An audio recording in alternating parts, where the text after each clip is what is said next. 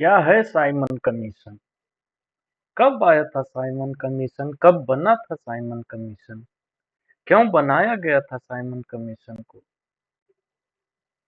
भारत के राजनीतिक इतिहास में इसका क्या महत्व है? क्या सिफारिशें थे इसकी? क्या परिणाम हुए इसके? चलिए जानने का प्रयास करते हैं अंक पाठशाला के इस 15वें भाग में, जो हम इन सभी उत्तरों का, सभी प्रश्नों का उत्तर खोजने का प्रयास करेंगे। तो साइमन कमीशन के बारे में जानने से पहले हमें इसकी पृष्ठभूमि को अच्छे से समझ लेना होगा, क्योंकि ये बहुत बड़ा बदलाव था।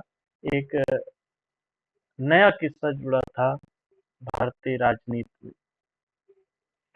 तो इसकी पृष्ठभूमि की बात करें तो 1919 के अधिनियम में यह प्रावधान किया गया था कि इस अधिनियम की जांच के लिए एक वैधानिक आयोग का गठन किया जाएगा तथा इसके सुझाव के अनुसार ही आगे बढ़ा जाएगा।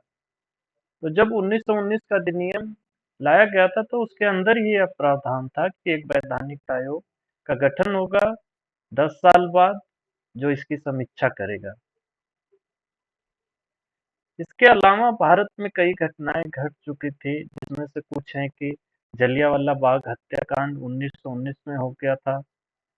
गांधी जी के नेतृत्व में असहयोग आंदोलन 1920 से 22 तक चला था, जो कि कई मायने में सफल भी था और एक मील का पत्थर साबित हुआ था। क्रांतिकारी आंदोलन एक बार फिर मुखर हो गया था। इस बीच इस कमीशन को बनाया गया। तो इसका गठन ब्रिटिश सरकार ने 8 नवंबर 1927 को, यानी तय समय से 2 साल पहले ही, सर जॉन साइमन की अध्यक्षता में इस आयोग का गठन किया गया। इसमें कुल 7 सदस्य थे और सभी के सभी ब्रिटिश थे। इसीलिए भारत के सभी दलों ने इसका विरोध किया तथा इसके आगमन पर साइमन कमीशन वापस जाओ का नारा लगाया। अब भारत की स्थिति को जानना है। भारत में जो 1919 का अधिनियम बना था, उसकी समीक्षा करना है कि कैसा रहा, सफल रहा, असफल रहा। फिर भी इसमें भारतीयों को नहीं शामिल किया गया। सभी के सभी ब्रिटिश सदस्य थे, इसलिए भारत के लगभग सभी लोगों ने इसका विरोध किया। दिसंबर 1927 के कांग्रेस के मद्रास अधिवेशन में बहिष्कार प्रस्ताव भी पारित किया गया था। कमीशन का आगमन भारत में 3 फरवरी 1928 को हुआ। इसी के विरोध प्रदर्शन के दौरान लाला लाजपत जी पर लाठियां चलाई गई, जिसके कारण उनकी मृत्यु हो गई थी। हर जगह काले झंडे दिखाए गए, हर जगह इसका विरोध किया गया। कमीशन ने जून 1930 में अपनी 2 खंड रिपोर्ट को पेश किया। तो इस रिपोर्ट में क्या था, या इनकी सिफारिशें क्या थी? तो पहली थी कि प्रांतों में द्वैध शासन को समाप्त कर पूर्ण उत्तरदायी सरकार की स्थापना की जानी चाहिए। यह चीज एकदम सही थी कि भाई प्रांत में कम से कम पूर्ण रूप से उत्तरदायी सरकार बनाई जाए, और वहां ये द्वैध शासन जैसा खेल जो खेला जा रहा है वह नहीं होना चाहिए। ब्रिटिश भारत संघ की स्थापना की जानी चाहिए, यानी कि एक ब्रिटिश भारत संघ बन जाएगा, जिसमें ये देशी रियासतें वगैरह सब लोग उसमें शामिल हो जाएंगे। पृथक निर्वाचन मंडल की व्यवस्था को तब तक लागू रखा जाना चाहिए जब तक हिंदू मुस्लिम तनाव कम न हो जाए। सीधी सी बात है, इनको पता था कि हिंदू मुस्लिम तनाव तो कम होने वाला नहीं है, बढ़ता ही जाएगा।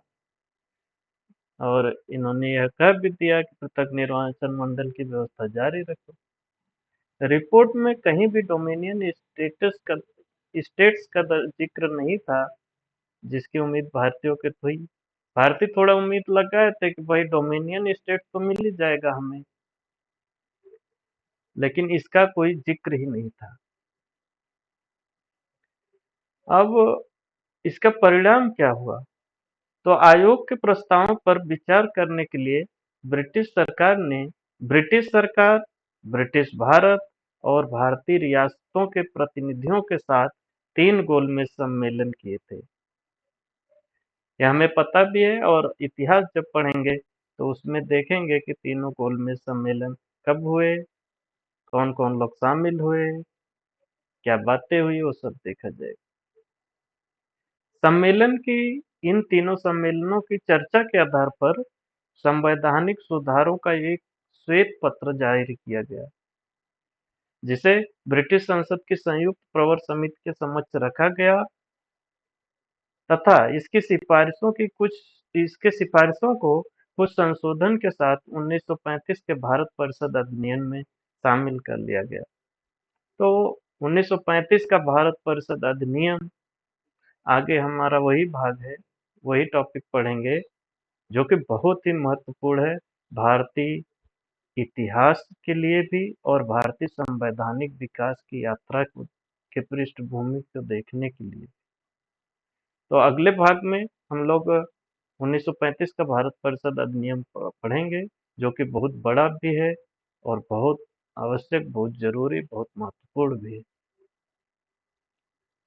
थैंक यू दोस्तों, आप लोगों ने इस वीडियो को देखा, तो उम्मीद करते हैं कि आपको पसंद आया होगा और हमारे इस चैनल को आगे बढ़ाने का काम आप करेंगे ताकि हमें प्रोत्साहन मिले और अच्छे कंटेंट और अच्छे तरीके से आप लोगों को बताने। तहे दिल से धन्यवाद।